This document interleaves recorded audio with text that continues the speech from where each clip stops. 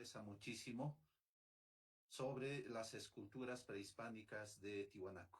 Probablemente nos preguntamos qué hay detrás de las esculturas y las mismas esculturas que nos enseñan, qué nos está dando el mensaje. Y para eso en esta semana hemos invitado a varios investigadores que tienen una trayectoria, tanto a nivel nacional como también a nivel internacional.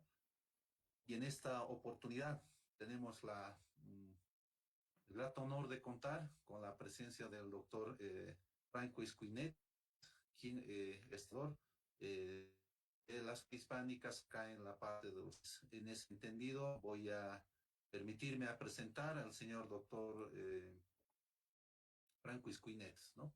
Él es doctor en arqueología de los mundos prehispánicos, es profesor asistente de la Universidad Sorbona de París, es director del Centro de Estudios sobre la América Prehispánica, que es CEDAP, es director de la Misión Arqueológica Pucara-Tiwanaku. Inició su trabajo de investigación arqueológica en la parte andina, en el departamento de Puno, Perú, en el sitio de Pucara y otros relacionados con esta cultura en la región circunlacustre. Asimismo, su trabajo iniciado en la gestión 2013, acá en la población de Tiwanaku, justamente en el marco de la misión arqueológica Pucara-Tiwanaku, excavando en la zona sur del Valle de Tiwanaku, principalmente en los sectores de Huila Pucara, Pocotía, Contoconto y Huila Cotaña, en la comunidad achaca del Valle de Tiwanaku. Y actualmente sigue haciendo la investigación referida a las esculturas prehispánicas en los museos, lo que nosotros en arqueología le llamamos excavando ya en los museos a nivel mundial. En este caso estamos hablando en Europa, como también en Latinoamérica.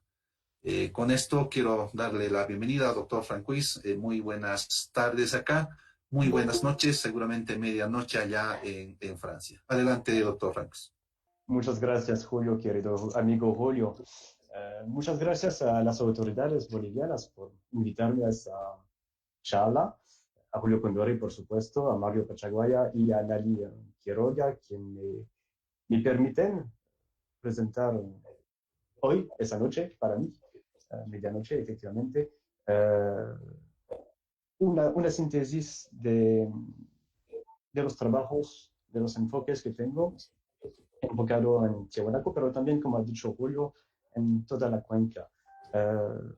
Yo siempre en mis estudios tuve la voluntad de no solamente enfocarme en un lugar específicamente, sino de abrir la visión, abrir la cultura, abrir la ciencia a los diversos, a las diversas culturas, a diversos fenómenos de la cuenca del Titicaca, que fue una región, el corazón única, ¿no? Un espacio geocultural con su propia identidad. Y lo que vamos a ver hoy es una parte de esa visión, enfocado más que todo en la parte un poco técnica de las esculturas, de todos esos periodos. Y bueno, si no me equivoco, el CIAT me invita para la próxima semana a seguir esa discusión, enfocándome esa vez más en el tema de la iconografía, de los símbolos y de esa tradición cultural, de esa identidad que se puede ver en la iconografía. Si quieren, podemos presentar ahorita el tema. Comparto sí, adelante, doctor.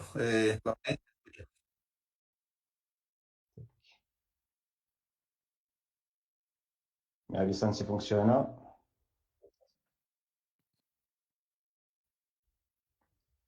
¿Todo funciona bien? Sí. Sí, estamos viendo ya tu presentación. Adelante. Perfecto. Entonces, bueno, llamé esa presentación tradición cultural de las culturas prehispánicas Tiahuanaco, es decir, Tiahuanaco y todos los fenómenos vinculados con Tiahuanaco y con unos aspectos más técnicos. Para los que no son expertos en arqueología y de esa zona, la cuenca del Titicaca fue de todo tiempo un lugar muy importante en la historia prehispánica y en la historia contemporánea también. Y hubo varios periodos. Bueno, la ocupación se inició desde miles de años. Pero a partir de 1500 años antes de Cristo empezó a aparecer fenómenos más propios de esa zona.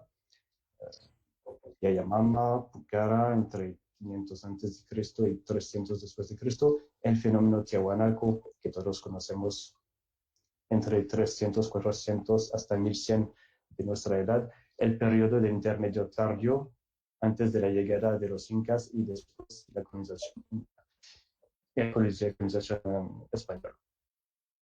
Es interesante ver que esa región al final no es solamente un sitio al lado del lago Titicaca, sino una variedad de sitios arqueológicos que cada uno participe a esa identidad y produce vestigios, artefactos que los arqueólogos van a excavar e intentar entender. Lo interesante con Tiahuanaco es que en este sitio, en este centro cultural, ceremonial, político, se encuentran todos los tipos, todos los estilos de esculturas que se pueden encontrar en toda la cuenca.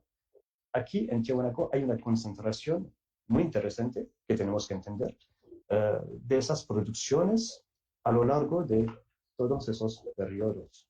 Es por eso que después de los estudios que hice en la zona peruana de la cuenca, en la zona de Pucara, de Puno, me enfoqué después en la zona de Tiahuanaco para tener esa visión más amplia.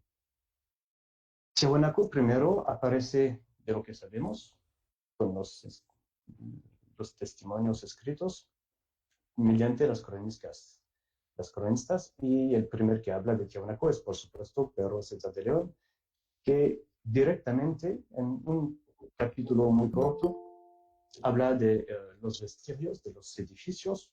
Tal vez unos de ustedes han visto las ponencias de la semana pasada. Y también rápidamente habla de la presencia en este sitio de ídolos de piedras de talla y figura humana, hecho por maestros. Lo que es interesante aquí es que uno de los primeros factores que llamó la atención a los viajeros en el territorio fueron esas esculturas. Realmente, a lo largo de los siglos, a partir de la colonización, y mismo antes, con los incas, las esculturas fueron un vector, un apoyo, un material que permitió mostrar la importancia de este sitio en la historia andina. César de León habla de esas figuras de piedra y los cronistas siguientes también van a seguir tratando de esas esculturas y van a contarnos el mito inca, que también usa esas esculturas. Lo interesante con el mito inca de creación es que es una leyenda posterior a la ocupación Tiahuanaco. Cuando los incas llegan en Tiahuanaco, el sitio monumental ya casi no existe, hay los edificios, pero es una ocupación menor. Y en un proceso de legitimación, de integrarse en una historia más larga que ellos, los incas usaron los vestigios de Tiahuanaco, usaron el sitio arqueológico, hicieron un poco de arqueología prehispánica para integrar este sitio en su propia historia y hacerse parecer como los hijos de Tiahuanaco. Los incas son realmente en su mente los hijos de Tiahuanaco. Y en este acto de creación, claramente los incas han dicho a los cronistas que todo el mundo actual, toda la humanidad, la nueva humanidad, la nueva runa actual, que corresponde a la civilización inca, por supuesto, fue creada en el sitio de Tiahuanaco y que en este mismo sitio aparecieron en superficie vestigios de la antigua humanidad, de los antiguos humanos, de los antiguos seres que fueron gigantes y que por la culpa de sus acciones y con el castigo del dios Viracocha, esos seres se convirtieron en piedras que todavía son visibles al momento que los incas llegaron en el sitio, en superficie. Así, los incas, llegando a Tiwanaku, intentaron dar una explicación a esas guerras, una explicación mítica de esa humanidad petrificada. Pero muestra que esas esculturas siempre fueron el elemento mayor que permitió dar la importancia de Tiwanaku y el nombre mismo de Tiwanaku es un nombre inca. Antes se llamaba Taipicara, que quiere la tierra al centro. Muchos siglos después, las mismas esculturas todavía estuvieron en superficie y los viajeros del siglo XVIII pudieron contarnos eh, sus presencias. Y lo bueno es que a partir de este momento tenemos testigos con imágenes, primero los dibujos de Tadeu Sánchez y después de los otros viajeros, entre otros los franceses, Alcide d'Orbigny y Léon Saint-Grand. Me gusta mucho el trabajo de los Saint-Grand porque, como ven aquí, la imagen de la Puerta del Sol, que estaba en superficie a esa época del siglo XIX, tenemos todas las medidas ya hechas. Y los dibujos muy finos, casi dibujos arqueológicos de hoy. Y la acción de esos viajeros permitió difundir el conocimiento, el patrimonio de Tiahuanaco mediante todavía esas esculturas monolíticas, por unas, bien especial, y así poco a poco la gente, los científicos, se interesaron a el sitio de Tiahuanaco hasta empezar las primeras excavaciones. Bueno, los primeros trabajos arqueológicos fueron hechos mediante el apoyo del presidente José Bolivian en 1846 y permitió hacer la creación del primer Museo Nacional en La Paz y en Tiahuanaco también hubo un primer intento de museo en la Casa Comunal, como ven aquí con todas las piezas agrupadas. Y es a partir de 1903 que hubo la primera gran misión arqueológica, bueno, arqueológica de su tiempo, es decir, la misión conducida por Georges Clémenfort y Eugène Sénéchal de Grange, dos franceses. Soy francés, como lo saben, así que para mí no fue tan mal, a pesar de lo que dicen. Bueno, claramente estas acciones no fueron académicas como ahora, ¿no? Pero no tenemos que ver las acciones del pasado con los ojos actuales, modernos y con nuestros conocimientos.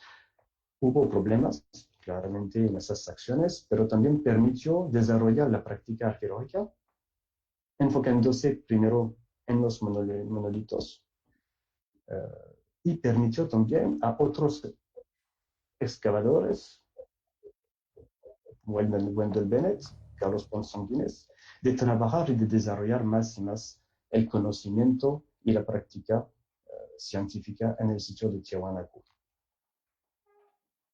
Así, a lo largo de los siglos y de los estudios, Tiahuanaco se puso como una referencia cultural, una referencia científica, una referencia de la escultura andina de la cuenca del Titicaca, mediante los monolitos, los más famosos, el monolito Fray, el monolito Ponce, el monolito Bennett. Vamos a ver esos un poco más después. Y también gracias a la famosa Puerta del Sol, que realmente es un símbolo de Tiahuanaco, por la cerámica también, la cerámica fina de la producción Tiahuanaco, que muestra que en esta parte del mundo, andino, hubo una cultura, un fenómeno de magnitud muy, muy importante, de una magnitud tan fuerte que los incas ellos mismos se pusieron como sus hijos.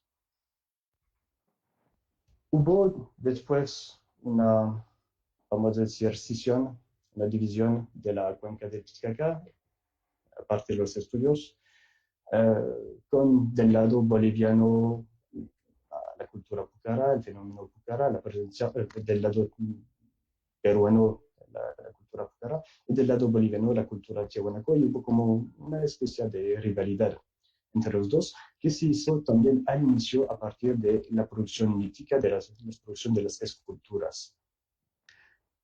Vamos a ver un poco todo eso después, pero de manera general se puede decir que a un momento todo lo que no fue Tiahuanaco fue otra cosa, y que Tiahuanaco realmente es el nivel, la referencia, la escultura, para decir si es Tiahuanaco, si no es que sería antes y después. Como pueden ver, en realidad en la cuenca hay un montón de tipos, hay un montón de producción, cada uno se relaciona con un periodo y con un espacio. Lo interesante es que, para entrar un poco más en la producción lítica, es que esa producción lítica a lo largo de los periodos sigue más o menos la evolución de la arquitectura. Es lógico porque al final los dos usan la misma materia, la tierra, el trabajo de la roca, y así los desarrollos que se hacen en uno se usan en el otro. Si empezamos desde el inicio del periodo prehispánico cultural, con el periodo Yamama-Pajani, hay dos denominaciones, es el mismo periodo, solamente que una denominación se usa en la parte peruana, otra en la parte boliviana, Chiripa, pero al final son mismo. Es interesante ver que desde el inicio de esos periodos prehispánicos, los lugares monumentales, como aquí el Montículo de Chiripa con su patio hundido, se relacionaron con esculturas. David Bowman encontró fragmentos de esculturas al centro del patio hundido y esas esculturas se conocen bien gracias a otros estudios de Sasha Chávez, pero también se notó que en ese edificio no había solamente esculturas como ornamentos, sino también pigmentos de rojo y de pigmento amarillo, lo que nos da una imagen del edificio monumental con mucho más color que lo que aparece hoy. Pero en la técnica constructiva, los edificios de este periodo son hechos de manera muy rústica, usando piedras de río y losas, como ven, más o menos trabajadas, pero en forma rústicas.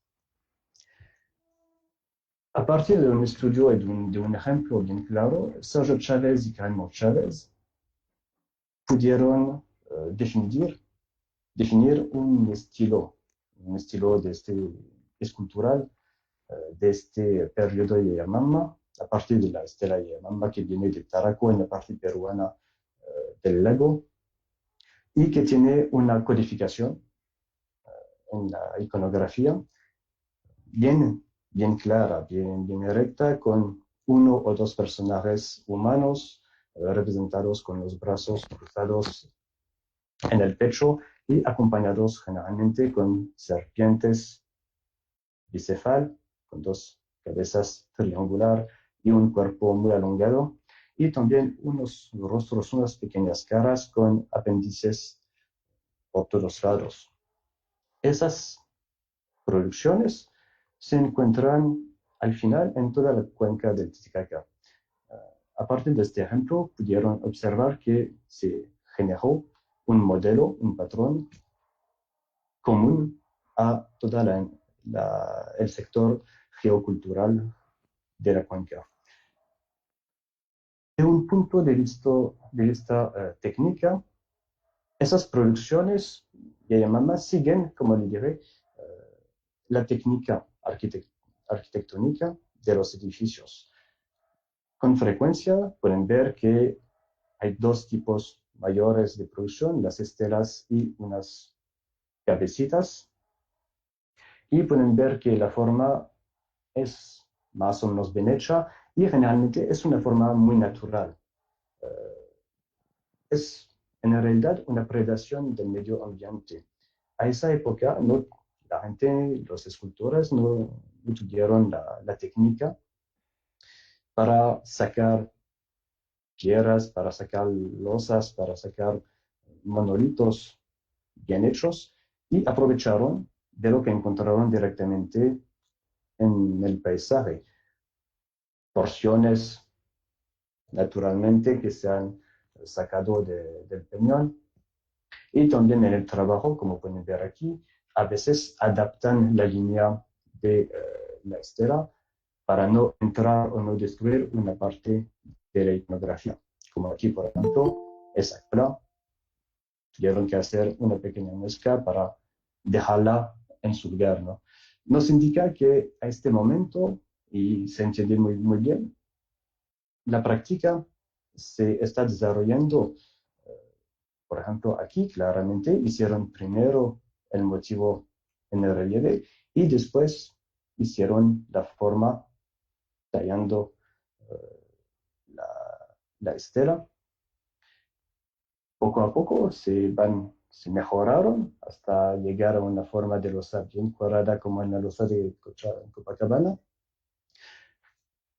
la de Santiago de Guata, la de Tiwanaku. En Tiwanaku tenemos esas producciones se llaman en el centro, encontrado en el centro del Patio Andino de Tiwanaku. Pero también hay, como ven aquí, cabezas que también aprovechan de la forma natural de las piedras de río. Se fueron directamente a sacar piedras en los bancos de río y trabajar solo un poco la superficie para hacer aparecer el rostro humano. Y también lo mismo con esos lightning stones, aparatos litúrgicos. En la materia empleada a esa época Yayamama, pueden ver que al final hay un poco de todo, tanto piedras volcánicas como piedras sedimental, la arenisca. Es interesante ver además que la mayoría de la producción es de basalto. Podría parecer un poco asombroso, un poco raro por este periodo tan antiguo, donde se desarrolla la práctica de usar un tipo de roca dura, difícil de trabajar. Pero al final se entiende por qué esas piezas ya fueron sacadas de los peñones por el ambiente, por la lluvia, por los ríos. Y está presente directamente en los ríos. Así que pudieron aprovechar directamente de esas piezas y no hicieron una elección especial, sino que aprovecharon en un modo de predación del medio ambiente del material presente. Las cosas cambian a partir del periodo Pucara. El periodo Pucara, que va de 500 antes de Cristo a 300 más o menos después de Cristo, y que se ubica más que todo en la parte peruana, en el departamento de Puno. A partir de esas dos piezas, el personaje mítico de Pucara, el degollador y el gato de agua, Luis Valcárcel en los años 30 hizo la definición de un otro estilo, que no es tiahuanaco, que se relaciona, pero que se distingue también por unos rasgos iconográficos. El sitio de Pucara se encuentra en la parte noroeste y en la arquitectura podemos ver que desarrollan un patrón más cuadrado con, para los que conocen también, un proceso de talla de las piedras mucho más con la perfección, con piedras bien cuadradas, con pachos hundidos y losas rectangulares, con la superficie bien plana. Y lo mismo se encuentra en la producción lítica, que también, como la época Yayamama, es presente entre los edificios monumentales. A esa época, Pucara, podemos dividir la producción lítica en dos grupos. Primero, de un lado, las esteras, que siguen el proceso de las esteras Yayamama, pero con una forma mucho más bien hecha, y también con, por una división, un modelo de iconográfico de trabajo por paneles. Otras formas zoomorfas, eso hablaremos por otra ponencia. Y por otra parte, las esculturas, las estatuas, las pequeñas estatuas con diferentes temas. Al inicio, en la forma humana, que se semeja un poco con los humanos que aparecieron en las estrellas de Mama, pero esta vez en estatuas. Y poco a poco se va a desarrollar la temática del guerrero, del degollador, del decapitador o del devorador, y hasta la forma del chachapuma, del ser humano con rasgos felinos. En el total, podemos ver que la mayor parte de la producción púcara se enfoca en la estatua. Así que hay una orientación. Pasamos de las estelas de Mama y de las pequeñas cabezas en tierra de río a una producción más elegida de esculturas enfocadas en las estatuas humanas de guerreros y las estelas con una iconografía mucho más compleja. Hay dos categorías más que todo. Y en la materia empleada también vemos esa elección, esa dirección del proceso, con una elección clara de un tipo de material sedimental, la arenisca. Hay varios tipos de areniscas que se distinguen por el color, pero pueden ver que en todos los tipos de roca usados, la mayor parte son de origen sedimental, es decir, unas piedras fáciles de trabajar. A este momento lo que pasa es que abandonan la predación para ir hacia una normalización del tamaño, una normalización de la forma, una normalización de la roca empleada también. Pero todavía no tienen las herramientas que Tiahuanaco va a tener, así que tienen que elegir un tipo de roca de buena consistencia, abundante, y también así trabajar con las rocas y con las herramientas rústicas que tenían. Y en eso la arenisca claramente fue el material de predilección con más de casi 60% de las piezas identificadas. Esta elección se hizo también con un desarrollo de la técnica de trabajo. A veces aprovecharon, como en el periodo anterior, de la ruptura natural, la forma natural de los bloques que se han caído, de los peñones, pero también pueden ver que sean en las esteras como en las esculturas, aprovecharon de las líneas naturales de esa roca sedimental, de esa arenisca, para facilitar primero la extracción en la zona de producción, en los peñones. Siguiendo las líneas naturales es más fácil sacar una línea y obtener una superficie bien plana que en otras partes. Y también para trabajar la forma, el volumen, como pueden ver aquí, en este ejemplo de pieza en proceso. Empezaron a trabajar la losa, el monolito, directamente en el relieve, en 3D. Es como una impresora en 3D, es decir, hacen el relieve y avanzan poco a poco adentro de la roca hasta sacar toda la forma y casi la pieza completa. Solamente faltaría después agregar unos detalles para obtener la estatua. Es decir, que tienen un conocimiento primero del tipo de roca que hay para hacer esa elección en la zona, pero también de cómo trabajarlas, con cuál tipo de material y de cuál manera obtener el mejor producto con el menos de esfuerzo. Las esculturas Tiahuanaco, al final, van a hacer la síntesis de todo eso. En Tiahuanaco también, en todo el periodo, hay varios tipos de esculturas. El estilo Concohuacani, que claramente se relaciona con las estelas árabes y de Mama y con las estelas y los personajes Pucara. El monito Ponce y el ídolo plano, en el cual podemos ver que siguen además la forma, la posición de los brazos.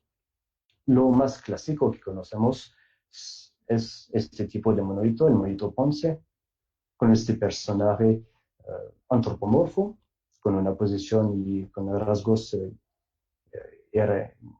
bien fijos y con poco relieve al final. Tiene una forma cuadrada, de parquet casi cuadrado rectangular. Y pueden ver que, a la diferencia de las esculturas, de las estatuas Pucara, los relieves de los brazos, los relieves de las partes y la forma de los elementos son muy geométricos. En el material empleado se sabe desde años que a Tiahuanaco, en el periodo Tiahuanaco, hubo otro tipo de elección. No abandonaron la arenisca, siguieron usando esa materia. Las rocas sedimentarias se encuentran, por ejemplo, en las cabezas clavas del patio semisubterráneo. Hay arenisca, hay caliza también, pero a partir del periodo Tiahuanaco aparecen otros tipos de erección, es decir, de rocas volcánicas, más que todo de la andesita. Hay también un poco de basalto, como el Chachapuma de Tiahuanaco, de la pirámide Acapana, en basalto negro.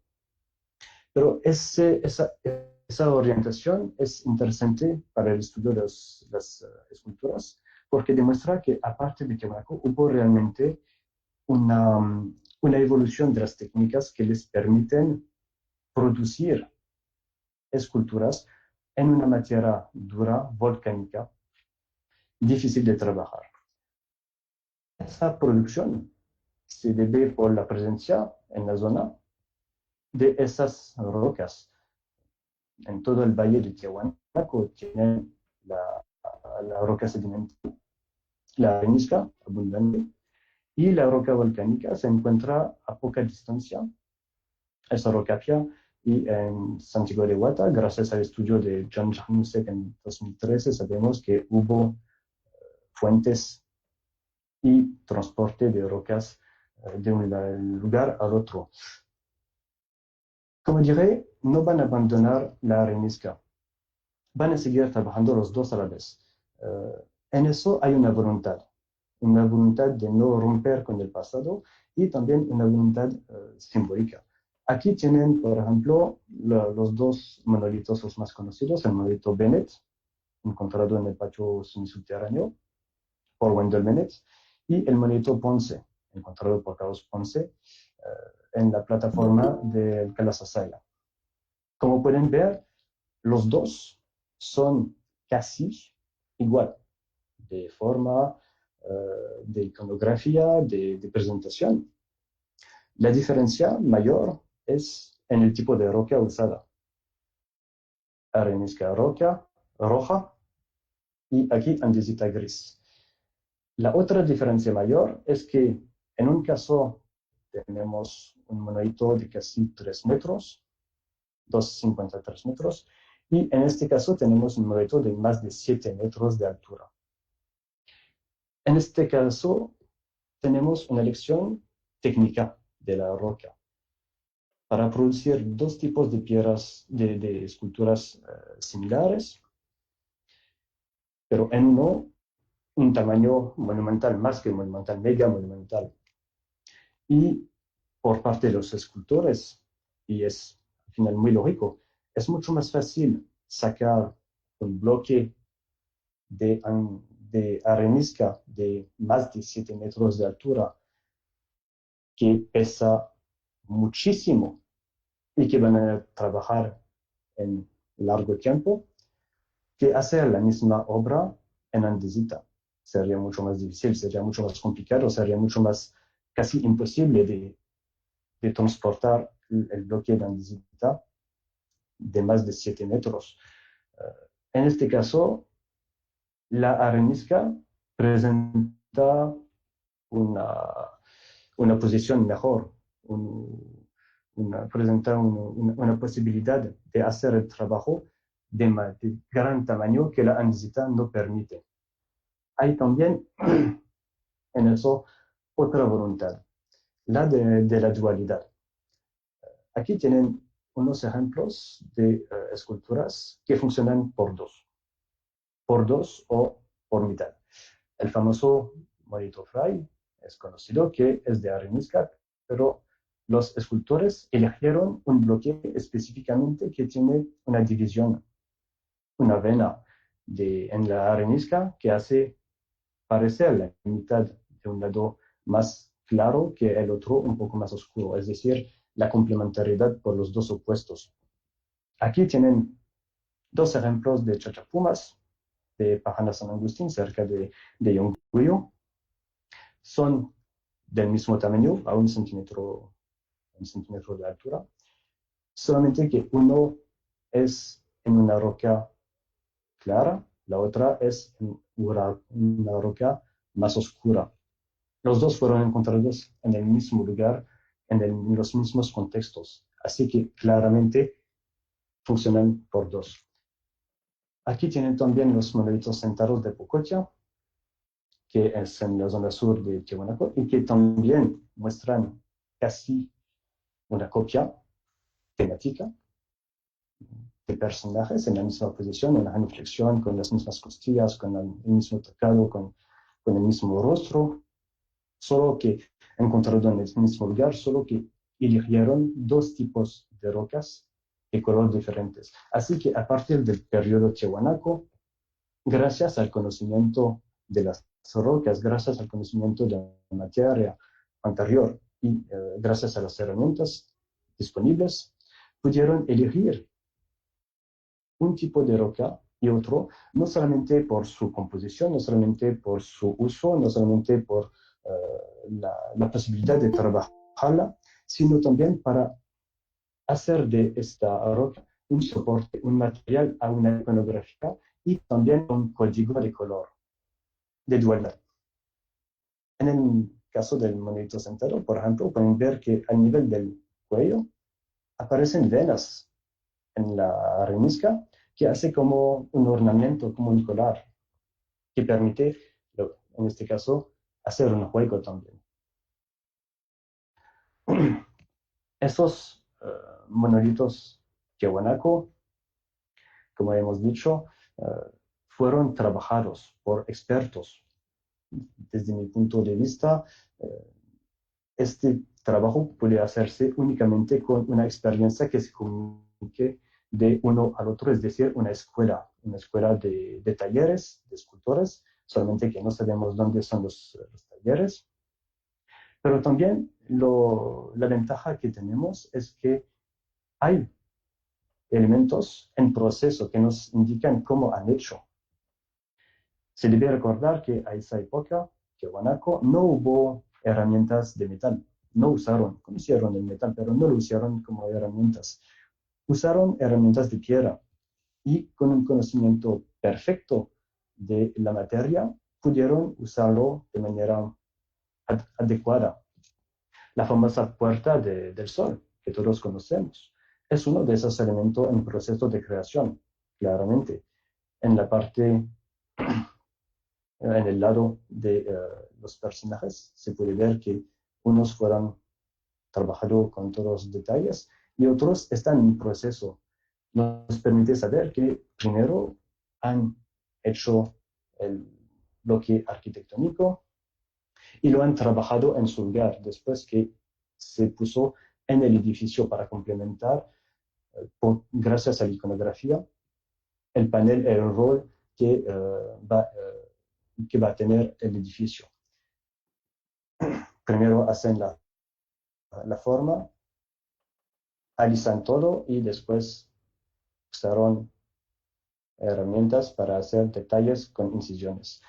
Los anticefalos de la ex hacienda Achuta también muestran en un periodo más tarde de Tiahuanaco ese proceso de creación que es casi similar a lo que hemos visto en Pucara, es decir, que primero hacen la forma y entran poco a poco, capas por capas, para poco a poco hacer aparecer los ojos, la nariz, la boca. No, eso no es desgaste. Como pueden ver, las líneas son bien rectas, los ángulos casi no hay desgaste en la superficie.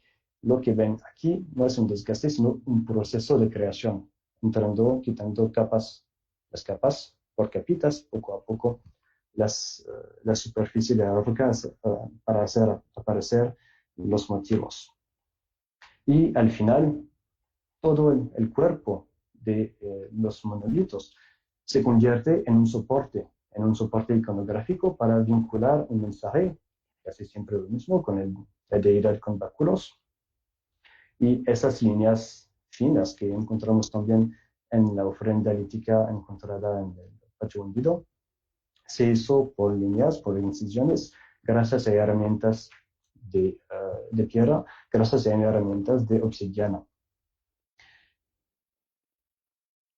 Aparte de los datos que tenemos, de las esculturas completas que tenemos, se puede ver esa elección y esa difusión del conocimiento y también esa evolución por los grupos en el tiempo, en las proporciones, en el tamaño, en las formas, en las dimensiones de las esculturas.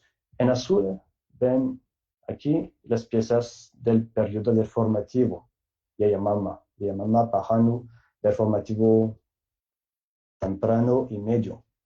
Y ven que algunos, como aquí, que son las cabezas redondas en piedra de río, son agrupados, pero que al final es un poco por todas partes. Lo interesante es ver más que todo la relación que tenemos entre unos elementos. Por ejemplo, los monolitos Tiahuanaco 1, aquí, esos son el monolito Ponce y Benet.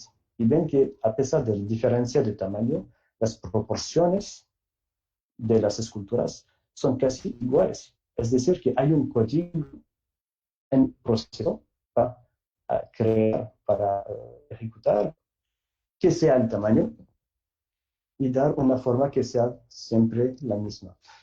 Es interesante también ver que las esculturas chachapumas, Pucara, se relacionan con las esculturas chachapumas Chihuanaco. Se encuentran casi al mismo lugar.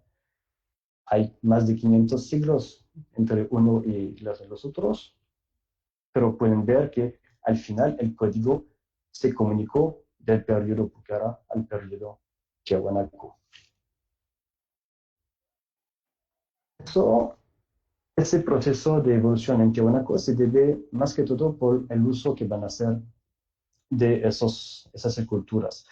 Al momento de la época Tiahuanaco hay dos usos principales. Primero, el uso de la escultura integrada directamente a los edificios y también la producción de esculturas de estatuas de gran tamaño. Esas son claramente dedicadas a ser afuera. El monolito Benet, de más de 7 metros de altura, yo no creo que estaba adentro de un edificio, estaba afuera. Y en este caso tuvieron que pelear, entre comillas, con los elementos, con la lluvia, con el frío. Y en eso es mucho más cómodo, mucho más fácil de hacer una producción que va a durar en el tiempo a partir de esas rocas duras o de una producción de gran tamaño. En este caso el impacto será menor en los motivos.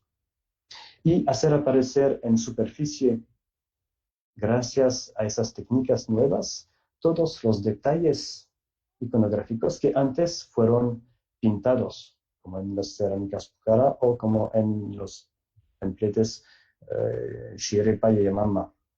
Es decir, que vamos a tener en una pieza más detalle iconográfico, casi todas las superficies son ocupadas por motivos, gracias a una material más resistente y gracias también a una técnica que se comunicó de un periodo al otro. Así se va a desarrollar la práctica hacia dar esa producción tiahuanaco tan específica. Y esa comunicación se hizo también porque los escultores tiahuanaco tuvieron conocimiento conocimiento de las producciones anteriores. Como les dije al inicio, encontramos en Tiahuanaco todos los periodos reunidos. Es interesante ver que en la zona misma de Tiahuanaco hay monolitos, hay esculturas de tipo Pucara, que Max Portugal Ortiz llamó Pucotia, pero al final Pucotia y Pucara es la misma cosa, es la apelación que cambia. En el palacio se encontró la base de la estela del Rayo, que al final es una parte de la estela de Arapa que viene de Perú. Eso el arqueólogo Sergio Chávez hizo la demostración que esas partes son la base de esa estela. Y también en los depósitos, en los museos, en las colecciones de Tiahuanaco, de Bolivia, encontramos varias piezas que claramente son del periodo Pucara. Así que tuvimos que entender por qué tenemos esas piezas en la zona de Tiahuanaco. Hay varias hipótesis. Puede ser una producción local relacionada con un establecimiento del periodo Pucara en el lugar de Tiahuanaco o alrededor. Pueden ser importaciones, un traslado de piezas por un momento, o también mestizaje. Lo que sabemos, gracias a las excavaciones en la cuenca, es que los sitios formativos, Yayamama, Pucara, Xiripa, siempre fueron conocidos por el poder tiahuanaco porque tenemos en esos dos sitios una reocupación, un establecimiento durante el periodo tiahuanaco. Así que en el marco de la misión de arqueología Pucara-Tiahuanaco en 2014, hicimos la prueba de excavar en la zona de Pococha, de donde salieron esas esculturas, Pucara, que es una zona un poco alejada del centro de Tiahuanaco, pero no tanto, es solamente unos kilómetros al sur de Tiahuanaco, para ver qué tenemos. En su publicación, Max Portugal Ortiz dijo que Pococha pertenece al periodo Tiahuanaco III, es decir, entre 300 y 500 años después de Cristo, antes del fenómeno Tiahuanaco clásico, como decimos. Nos fuimos a excavar con arqueólogos bolivianos, con la participación de Juan Villanueva, de Roja El Cosio y de arqueólogas francesas Anés Guérin y Emilio Simón. Y lo que hemos encontrado en la zona de Huirapucara y Pococha fue totalmente del periodo Tiahuanaco IV, es decir, la fase siguiente. Hemos encontrado un edificio monumental con una actividad ritual, también unos edificios más rústicos cerca del lugar de procedencias de los monolitos Pococha de tipo Tiahuanaco, de tipo Pucara, y con ocupaciones bien claras, con niveles de arcillas y cerámica totalmente Tiahuanaco. Es decir, que hasta llegar al nivel estéril natural. Es decir, que en esa zona Pococha, por lo que sabemos, por lo menos hasta ahora, es que no hubo una ocupación Pucara. Eso elimina la presencia directa en esa parte. Queda, por supuesto, las otras, es decir, podemos hipotetizar, pensar que el poder tiahuanaco conocía los sitios Pucara, los sitios Yamama, y han traslados se fueron ir a recoger esculturas para integrarlas en su centro ceremonial. Que sea la razón, puede ser como testigo de conquista, o puede ser como una manera de vincularse con el pasado, de la misma manera que los incas van a hacer más tarde. Pero eso demuestra claramente que al periodo Tiahuanaco IV, al periodo del monolito Ponce, del monolito Benet, de la creación, los escultores Tiahuanaco tuvieron el conocimiento de esas esculturas del pasado y aprovecharon de ese conocimiento. Lo mismo aparece en la zona de Pucara, donde porciones de esculturas, claramente con una afiliación tiahuanaco, fueron encontrados, y también unas cerámicas. Aquí tienen la parte atrás de una cabeza monolítica monumental humana de escultura tiahuanaco, con los cabellos aquí y el tocado allá, que fue encontrado en Puno y que ahora se encuentra en el Museo Calderón de Puno. Así que poco a poco la cronología se llena y podemos ver que hay una continuación, una línea recta en la práctica escultural desde el periodo del formativo temprano hacia el horizonte medio tiahuanaco. Y en este proceso podemos ver que pasamos de una predación del medio ambiente con el uso, aprovechando de la roca natural, un uso oportunismo, a un control de la roca y finalmente una domesticación casi perfecta de la materia y de la codificación. Así que podemos ver que las estelas poco a poco van a desaparecer y se van a poner más que todo estatuas antropomorfas, monolíticas, una producción que se pone afuera y de tamaño más grande, cada vez más grande, porque hay cada vez más público y hay cada vez espacios más grandes también. En forma de conclusión, porque creo que ya hice demasiado, podemos hablar también de esta continuación de la presencia lítica, de la presencia de las esculturas a lo largo de los tiempos después del periodo prehispánico y a la época colonial. Todos sabemos que la época colonial fue un momento difícil para las sociedades andinas, con la extirpación de idolatría, con las destrucciones que hubo de los templos, de las esculturas ellas mismas. La mayor parte de las esculturas que encontramos en la cuenca tienen cabeza cortada o tienen partes que faltan.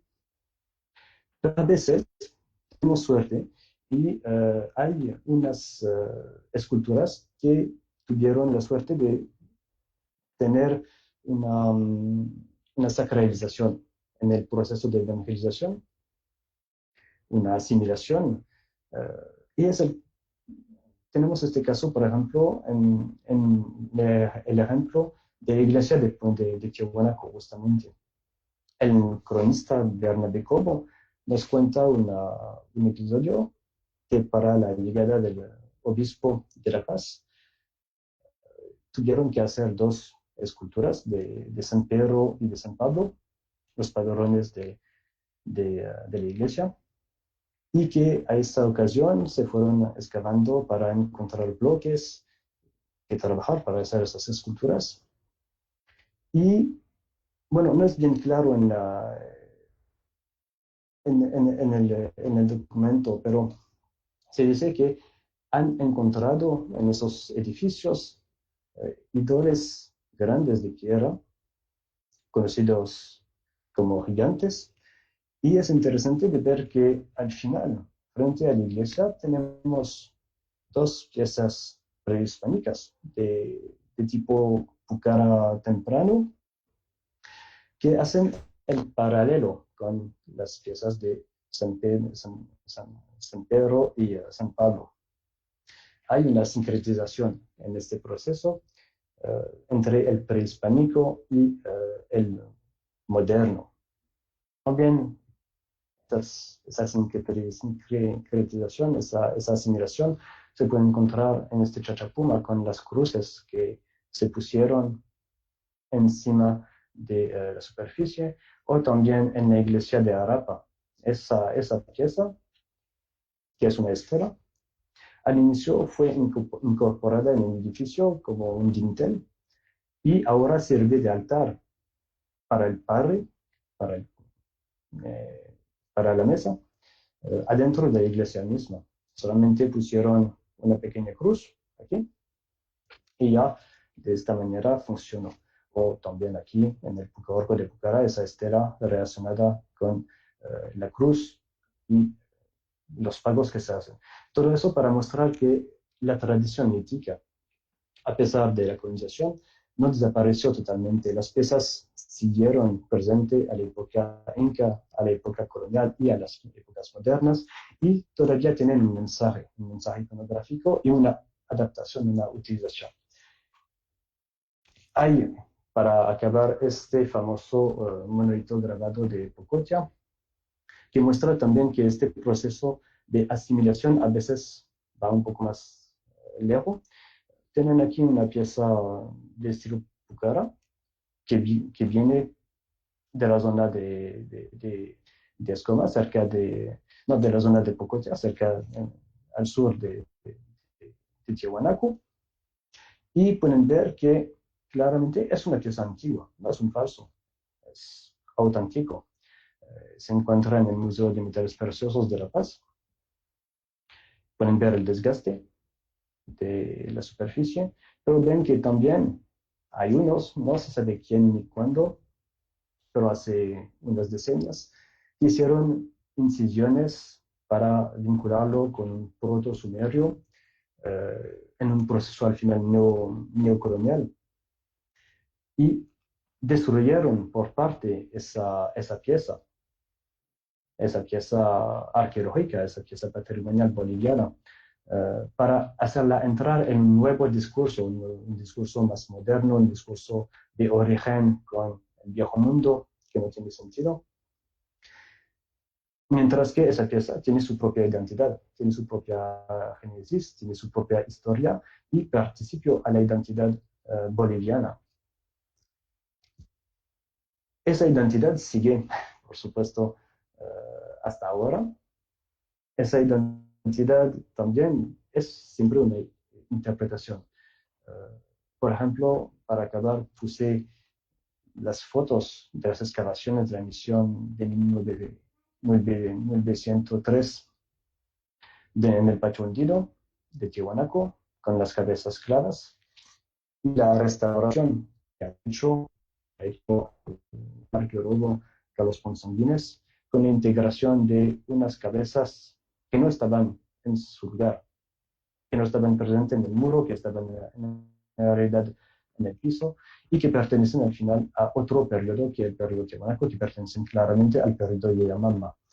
Todo eso para dar un discurso, una imagen distinta de la imagen tradicional arqueológica científica, pero que entraba en un discurso del momento de los años 70 y por supuesto hasta los años 2000 con el presidente Evo Morales, que intentó encarnar esa práctica y esa iconografía escultural en un proceso de identidad boliviana más fuerte, de reivindicación. Todo eso para decir que al final las esculturas siempre fueron conocidas, usadas y siempre tenían un mensaje. Bueno, hemos visto que hubo una evolución, un proceso, pero que no hubo rupturas hasta ahora. Y ojalá que va a seguir así, a pesar de la situación un poco especial que conocemos ahora en Bolivia, en la cultura. Bueno, acabo aquí. Gracias por su atención y si tienen preguntas, sería un gusto de charlar con nosotros. Excelente, doctor Franquis. Disculpe por el tiempo. Realmente has... No, gracias. Realmente has hecho una mirada holística, no solamente del sitio de Tiwanaku, sino a nivel sureste de lo que es la cuenca del lago Titicaca y en la parte norte también, en este caso que estamos hablando de Pucara, que toda esa región también tiene esta tradición cultural de las esculturas, especialmente de lo que son los conocidos como Chechapumas, ¿no? Tenemos Claro. preguntas a través de nuestro Facebook institucional, los voy a transmitir, por favor. El señor Pacha y Ampara Blanco pregunta, ¿cuáles son los indicios para indicar que representan la dualidad, aparte de la diferencia en el tipo de rocas? Por favor, ¿podrías comentar, doctor Francos? Cierto, gracias por la pregunta. Sí, bueno, más que todo, la dualidad se encuentra más que todo porque funcionan por dos. Eh, Se agrupan por dos, fueron encontrados por dos, y además, en los dos casos, hay colores de dos sonidos distintos. Eh, no, es una hipótesis, ¿no? Claro, es una interpretación que funciona como dualidad, pero con esos elementos es una interpretación plausible, y conociendo la práctica andina, inca y posteriores incas hasta ahora, sabemos que la cuestión de la dualidad, de la complementariedad, es un tema central de la identidad andina, desde Chavín de Huántar, con la escalera blanca y negra, en Pucara, en el templete blanco y negro. Sabemos que esa dualidad de color permite encarnar un símbolo de complementariedad. Y en este caso, esas esculturas, mismo si no son del mismo tamaño, funcionan juntas, ¿no? Pero no significa que son idénticas. Hay una diferencia de color, primero, pero también no hay dos esculturas exactamente iguales. Por los detalles que hay en superficie, por la iconografía que se adjunta a la escultura, transmiten cada una un mensaje distinto. Y en este mensaje distinto, según mi opinión, permite dar una visión amplia y completa del discurso iconográfico. François, Gracias. Tenemos otro, François, tenemos, ¿puedes dejar de compartir tu pantalla, por favor? Perdón. Gracias. ya. Eh, tenemos Eso. otra pregunta. José Marcial Hernández Soto. ¿Cuáles son las técnicas constructivas en el tallado de roca? Eso es buena pregunta, porque no tenemos talleres. Es el problema, es que hasta ahora no sabemos dónde fueron hechas las esculturas. No se conocen. Los indicios que tenemos son las piezas en proceso, que muestran primero que empezaron con una forma general y que entraron poco a poco adentro de la roca, en el volumen, y que al final hicieron las incisiones. Pero no conocemos las herramientas realmente, no conocemos exactamente los lugares de producción, de extracción. Lo único que tenemos son los lugares de implantación, y en eso son más los estudios de arqueología experimental para intentar de encontrar cuáles fueron los movimientos que permiten entrar un poco más en el proceso técnico. Infortunadamente, no tenemos todo el detalle. Lo que se puede decir es que seguramente, como hay dos tipos de esculturas a la época chiavenca, hay la escultura monumental que viene para ornar los edificios, y hay las esculturas aisladas que funcionan solas, como los monolitos. Los monolitos por Ponce, Bennett. Seguramente que los monolitos fueron hechos de manera completa en un taller especial, porque tenían tiempo para hacerlo y espacio. Mientras que la escultura que aparece en bloques constructivos fueron integrados primero al edificio y después fueron trabajados. Y por eso que en los edificios como la Puerta del Sol tenemos piezas que son incompletas, porque son en proceso y se deben juntar con la pieza al lado para hacer un mensaje completo y bien hecho. Seguramente que hubo varias técnicas en eso. Otra pregunta más, Pachi Ampara Blanco. ¿Hay alguna referencia de género en los monolitos? ¿Dónde se puede conseguir más información? Si podría, por favor, comentar sobre eso. Buena pregunta del género. Además, muy actual. Se puede encontrar unos indicios que no serán indicios físicos, morfológicos, sino de contextos. Por ejemplo, los chachapumas, o los monitos Ponce, o casi toda la escultura que podemos ver en lo que aparece, no aparece sexo, no aparece morfología femenina o de hombre.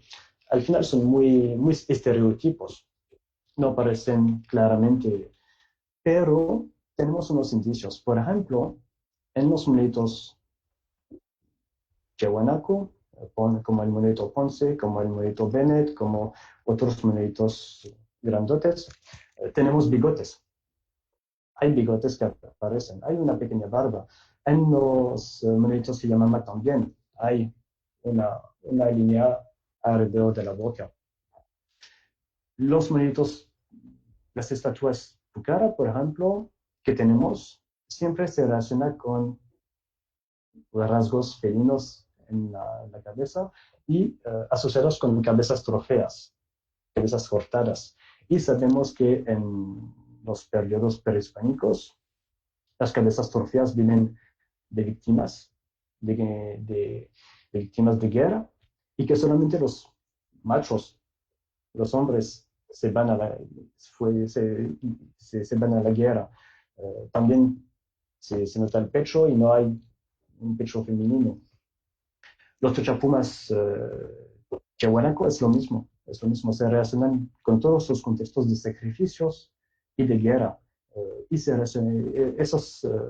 esa iconografía en las esculturas se puede vincular también con la iconografía de la cerámica, con guerreros, con hachas, con piernas cortadas, con brazos cortados, con cabezas cortadas en movimiento. Es decir, eso será para la próxima charla. Es decir, unos actos de guerreros.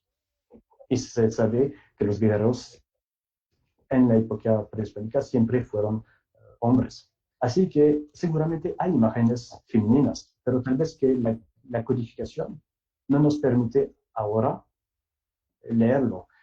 Tener el cabello con trenza no es un signo femenino necesario. Sabemos que en Nazca, en las mochicas, hubo unas representaciones de guerreros con las trenzas. Así que eso no permite tampoco. Son más los elementos iconográficos asociados que nos permiten apoyar. Yo creo que tengo una imagen, una escultura que parece tener una faja. Así que podría ser una mujer. Y también en la estela Yayamama, que permitió la definición del periodo Yamama, hay dos personajes en los dos lados opuestos, y uno de los personajes tiene dos puntuaciones a nivel del pecho, así que podría ser la representación de los senos. Así tendríamos la complementariedad en este caso también del macho y de la mujer, del hombre y de la mujer, por los dos lados opuestos. Perfecto. Tenemos varias preguntas más si podemos responder. Por ejemplo, Andrea Llano Vargas pregunta, desea saber si existe algún estudio del simbolismo de la posición de las manos en los monolitos. Una mano arriba y otra mano abajo. Tú lo sabes bien, estás trabajando en eso y lo presentas. Es difícil porque en realidad hay tantas interpretaciones que hay arqueólogos. Cada uno tiene su lectura. Yo realmente de la mano así arriba y abajo no tengo realmente una idea del porqué. De la posición Pucara cargando una cabeza trofea, esa es clara, ¿no? A veces con una mano, con una hacha en la otra. A la época Tiahuanaco tienen los personajes, tienen los elementos del ritual, un quero de cerámica para la liberación y una tableta de rapé para absorción de sustancia durante el rito, así que tienen los elementos ceremoniales. Eso es para Tiahuanaco, para Pucara, para Yayamama, porque así La verdad no sé. La verdad yo no sé. Lo interesante es que debe tener una significación. No, no es por casualidad que lo representan siempre así. Y seguramente que esa significación, ese símbolo, lo tenían los escultores a la época Tiahuanaco. Porque a la época Tiahuanaco, como en el ídolo plano, rehusaron esa posición. Es una voluntad. Los monolitos venes están así, cargando, el ídolo plano está así. Los dos son del periodo Tiahuanaco. Es decir, que Tiahuanaco, a pesar de casi 1000 años de antigüedad, los escultores y el código se comunicó a los escultores Tiahuanaco, a la producción, y supieron cómo usar ese símbolo. Infortunadamente, ahora yo no sé cuál es la significación, pero me encantaría. Ya. Otra pregunta, doctor. Roxana Lazo, ¿qué tipo de discurso representarían las imágenes talladas en los monolitos Ponce y Bennett? ¿Serían del mismo, serían de tipo calendario? El tipo calendario es un tema muy general, muy frecuente en la interpretación moderna de los motivos. Se dice que la Puerta del Sol representa también un calendario. Por los monolitos Ponce y Benet, yo no veo, pero cada vez es una interpretación así que es muy personal. Yo no veo calendario en eso. En el monito Bennett, por ejemplo, tenemos, bueno, el personaje con báculos que encontramos en todas partes, en el arte del Tiahuanaco, pero tenemos también los personajes de perfil, como en la cabeza, como en la Puerta del Sol, con rasgos de guerrero. Tenemos también camilidos, un camilide que está cargando plantas, así que eso podría relacionarse tal vez con un periodo o con una producción o con una fertilidad. Puede ser también el rito mediante el sacrificio que nos trae la fertilidad de las plantas y de los animales. Hay guerreros con rasgos de canide también. Uh, no, yo no creo que todo sea calendario. Hay, un, hay una importancia de los ciclos, eso sí, como ahora, ¿no? Como en todo el mundo y en todas las culturas, pero no creo que el monolito tiene este calendario, porque en este caso, porque el monolito Ponce no tendría el mismo, no van a cambiar de calendario de uno al otro. Creo más que estos motivos, primero son en las ropas de los personajes, para mí permiten dar su identidad, su función, a veces una variación en el discurso político y religioso, pero creo que se harían cosas mucho más finas que un calendario. Además que la verdad es que cuando llegan frente a esos elementos, ven la escultura de manera general, pero todos los elementos de detalles muy finos casi son imperceptibles a 2 metros de distancia. Se debe ir muy cerca para poder leer todo. Así que no creo que sería un calendario al destino de toda la gente, de los campesinos, por ejemplo, sino un discurso iconográfico, una forma de escritura, como con letras y ortografo y conjugación, pero de manera iconográfica, con motivos, que da una identidad al monolito y también al espacio donde se encuentra este monolito. Pero es una interpretación personal. Otra pregunta, el Dingyue, ¿cuántos tipos de andesita de color por ubicación hay? ¿Por cuál tipo de...? Sí. ¿Cuántos tipos de andesita de color por ubicación hay? Eso yo no lo sé, se debería ver con el estudio de John Hanusek. Hay varias fuentes de andesitas que él identificó. Todavía falta hacer un gran estudio de todo el mítico Tiahuanaco, con un análisis bien fino y, de la materia, de la roca, y saber la procedencia exacta. Infortunadamente, actualmente no lo tenemos. Tenemos que seguir La esto. última pregunta. Sí, la última pregunta. Roberto Montero, primero hace la felicitación por su excelente presentación y la Gracias. pregunta es, ¿dónde determinan los tipos de líticos utilizados? Perdón, ¿puedes decir de nuevo? ¿Dónde determinan los tipos de líticos utilizados? ¿Dónde? Determina los tipos de líticos utilizados. Ah, eso también todavía falta estudios para las herramientas, ¿cierto? ¿Ya? Para las herramientas, Perfecto. Adelante, adelante. sí, creo que corta un poco. Para hacer las herramientas, como dije, no tenemos los talleres, así que todavía no tenemos las zonas de producciones. Si lo encontramos, tendremos las herramientas. Lo que se puede decir es que por unas huellas en superficie de los elementos en proceso de trabajo, se puede ver que hubo percutores de piedra, y también se pudo encontrar unos aisladores de arenisca. En eso sí, y también en las incisiones, pero eso sería más para, puede encontrarlo en el libro de Rosen y Ner, sobre la arquitectura tiahuanaco, porque finalmente son los mismos elementos.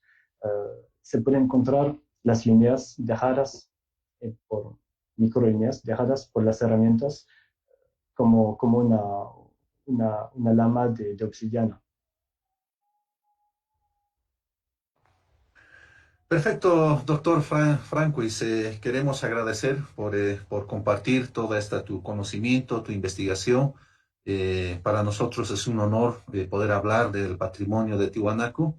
Y en esta semana, el día miércoles, seguiremos con más conferencias y por ende el doctor Francisco nos va a acompañar la siguiente semana hablando de lo que es la iconografía, en este caso de las esculturas. En ese entendido, quiero agradecer a todas las personas que han estado en las plataformas de redes sociales, tanto en el Facebook como también en el Google Meet, y saludar a todas las personas que han estado presentes. Tenemos de Perú, de Chile, de Argentina, de Estados Unidos, por supuesto allá en Francia, y invitamos a acompañarnos en la siguiente conferencia que va a ser el día miércoles con otro de los investigadores que ha hecho muchísimo una mirada desde afuera, ¿no? Entonces, en ese sentido, doctor Franquis, una vez más, muchísimas gracias y te doy la palabra. Bueno, gracias a ustedes, más que todo, para la organización de todas esas ponencias en esos contextos tan especiales de salud mundial, y también en el contexto tan especial también de la cultura boliviana que vive el patrimonio ahora. Y gracias, Julio, por tu apoyo, y gracias a todos por su presencia. Disculpe por mi castellano, es un poco viejo y no tuve tiempo de practicarlo casi desde 2 años. Y bueno, ojalá que nos veremos para la próxima semana, y Jayaya, Tiahuanaco y Bolivia. Entonces, Jayaya, Tiwanaku y Bolivia, hermano Franquis, y como vuelvo a recalcar, gracias por tu tiempo. Sabemos que allá es ya pasando medianoche, cerca de 1:30 de la mañana. Creo que lo mejor que has aportado es muchísimo entender sobre la temática y en especial de las esculturas de Tiwanaku.